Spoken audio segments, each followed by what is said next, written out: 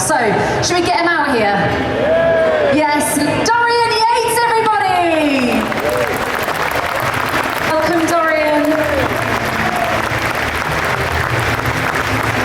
Thank you very much for joining us today. Lovely to meet you. Now, this must be quite special because home crowd, hometown, how does that feel?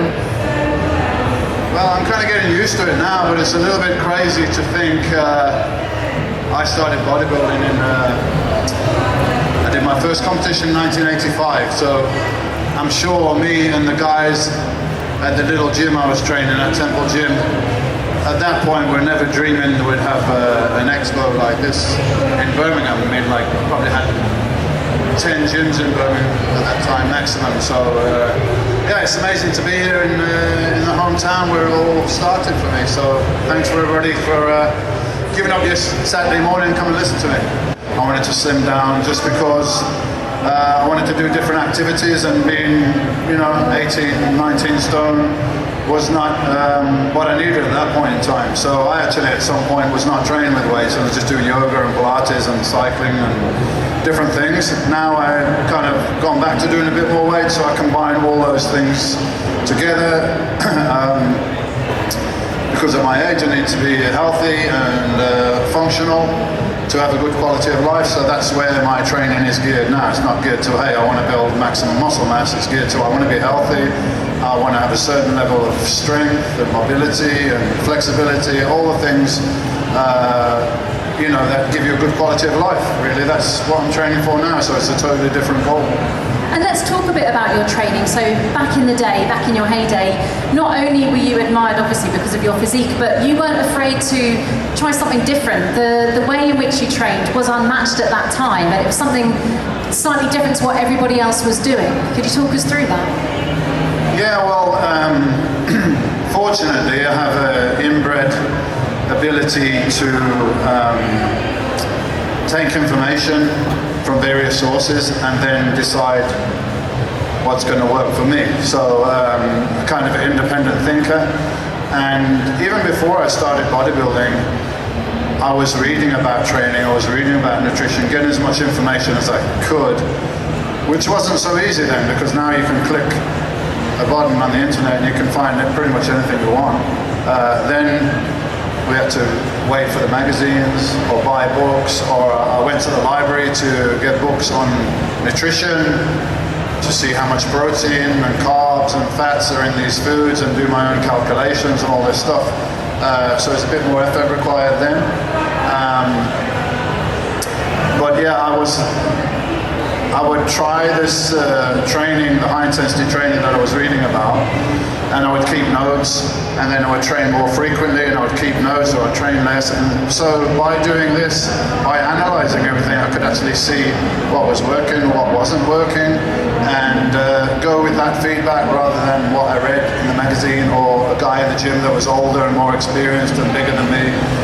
Listening to him just because he was bigger, I was able to make my own mind up. So I was using high intensity training, which was really first pioneered by a guy called Arthur Jones that built the Nautilus machines.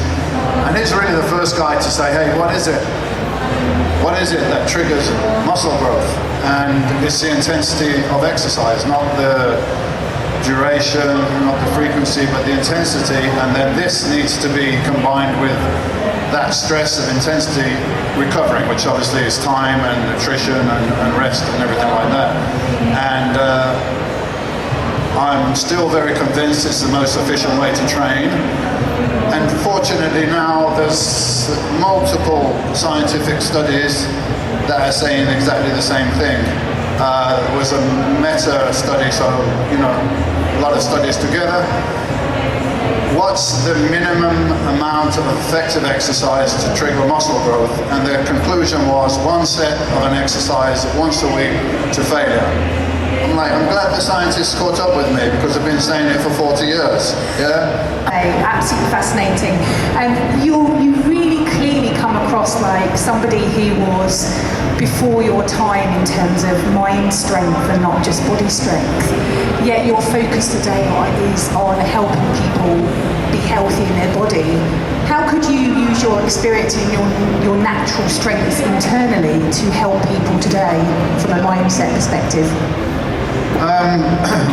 Well, just that. I think that I can give you, I can give you a physical routine to do at the gym. I can give you a diet and everything, but whatever you're doing, the mind is always the glue that's going to hold it together.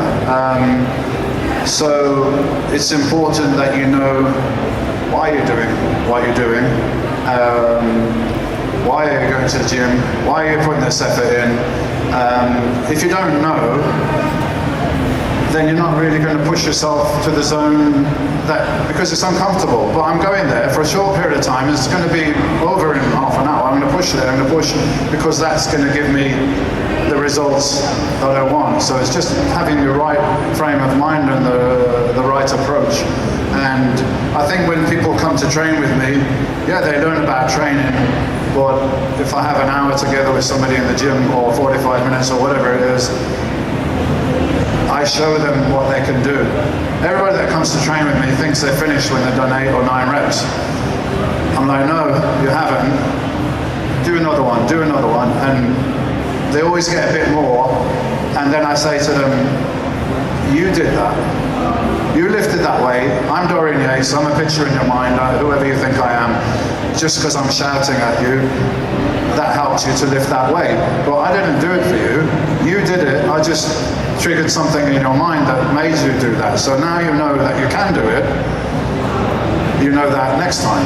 So yeah, that's pretty much the approach. Getting ready in my preparation for the Mr. Olympia in 1997, which was the last one I did. And during my preparation, I started to think, this is starting to feel like Groundhog Day. I feel like I'm doing the same thing over and over again. And it's starting to feel like a job. I'm starting to feel like it's not fascinating anymore. The passion is not there as it used to be. So maybe this is going to be my last one. I don't know. So the question was already there.